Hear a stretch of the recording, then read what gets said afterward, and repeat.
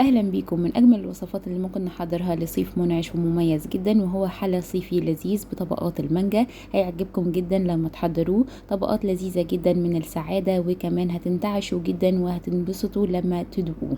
اول حاجة عشان احضر طبقة الكيك الاولى هحضر طبقة رفيعة. عندي دقيق جوز الهند، سكر ستيفيا، وكمان 4 بيض بدرجة حرارة الغرفة، وفانيلا، وكمان بيكنج باودر. هبتدي في طبق الخفق، هبتدي اخفق البيض مع سكر ستيفيا وكمان عصير الليمون. هبتدي اضيف ظرف ستيفيا وكمان الفانيلا، وبعد كده هبتدي اخفق كويس جدا. بعد كده هبتدي اضيف 2 مكعب من الزبدة وهخفق كويس جدا بالتدريج. هبتدي انزل بالمواد الجافة، هبتدي انزل بكوب من دقيق جوز الهند، وبعد كده هبتدي اضيف للبيكنج باودر. هخفق بالهاند بلندر عشان احصل على قوام متجانس وناعم جدا، وبعد كده في الاخر خالص هبتدي اضيف البيكنج باودر. هدهن صينية الطبقة الرقيقة بتاعة الكيك. عندي صينية مقاس 28. هخفق المزيج كويس جدا، وبعد كده هبتدي اضيفهم في الفرن على درجة حرارة 180. هيقعد تقريبا ربع ساعة. بعد كده هبتدي احضر طبقة المانجا، وهي هبتدي ازاي احضر الكريمة. عندي جبنة كريمية وجيلاتين، وكمان هبتدي اضيف الجيلاتين مع مية ساخنة، وهبتدي اقلب كويس جدا واتركهم جانبا يبردوا. هبتدي احضر الكريمة. عندي كريمة الخفق وكمان سكر استيفيا. هخفق كويس جدا، وبعد كده هبتدي اضيف الفانيلا والجبنة الكريمية. بعد كده هبتدي اضيف الجيلاتين عشان احصل على قوام متماسك للكريمة.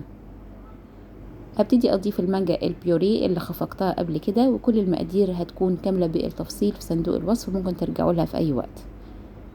بعد كده هبتدي اضيف طبقات الكيك الرفيعة في الاكواب التقديم، وبعد كده هبتدي اضيف كمان طبقة الكريمة. ضفت طبقات الكريمة مع طبقة الكيك، ممكن اضاعف الكمية زي ما تحبوا. وبعد كده هبتدي ادخلهم في التلاجة عشان يتماسكوا مع الكريمة. هبتدي احضر الطبقة الاخيرة وهي طبقة الجيلي. عندي كوب من المية الدافية، وضفت ليه نص كوب من الجيلاتين وكمان كوب من المانجا البيوري. خفقت كل المزيج كويس جدا مع بعضه، وبعد كده هرفعهم على نار متوسطة مايلة للهادية عشان احصل على قوام متجانس للجيلي. بعد الغليان هبتدي ارفعهم من على النار. سبتهم تقريبا 10 دقايق على النار، وبعد كده هبتدي اصفيهم علشان اتخلص من اي تكتلات من الجيلاتين وكمان المانجا. بعد كده هخرج طبقات الكيك مع الكريمة، وبعد كده هبتدي اضيف الطبقة الاخيرة وهي طبقة الجيلي. اسيبهم يبردوا في التلاجة لمدة ساعتين عشان احصل على قوام متماسك من طبقات الحلى البارد اللي هقدمه.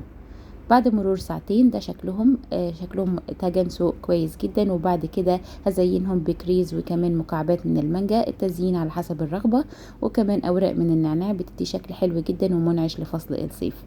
جربوا الحلا البارد. وكمان لو انتم جداد على القناة ما تنسوش تشتركوا وتفعلوا جرس التنبيه، يوصل لكم كل اشعار بكل وصفة صحية جديدة ومميزة بقدمها. انا حنان مصطفى بقدم محتوى التغذية الصحية خالي من السكر والدقيق والزيوت المهدرجة. أشوفكم على خير في وصفات جديدة ولذيذة ومميزة.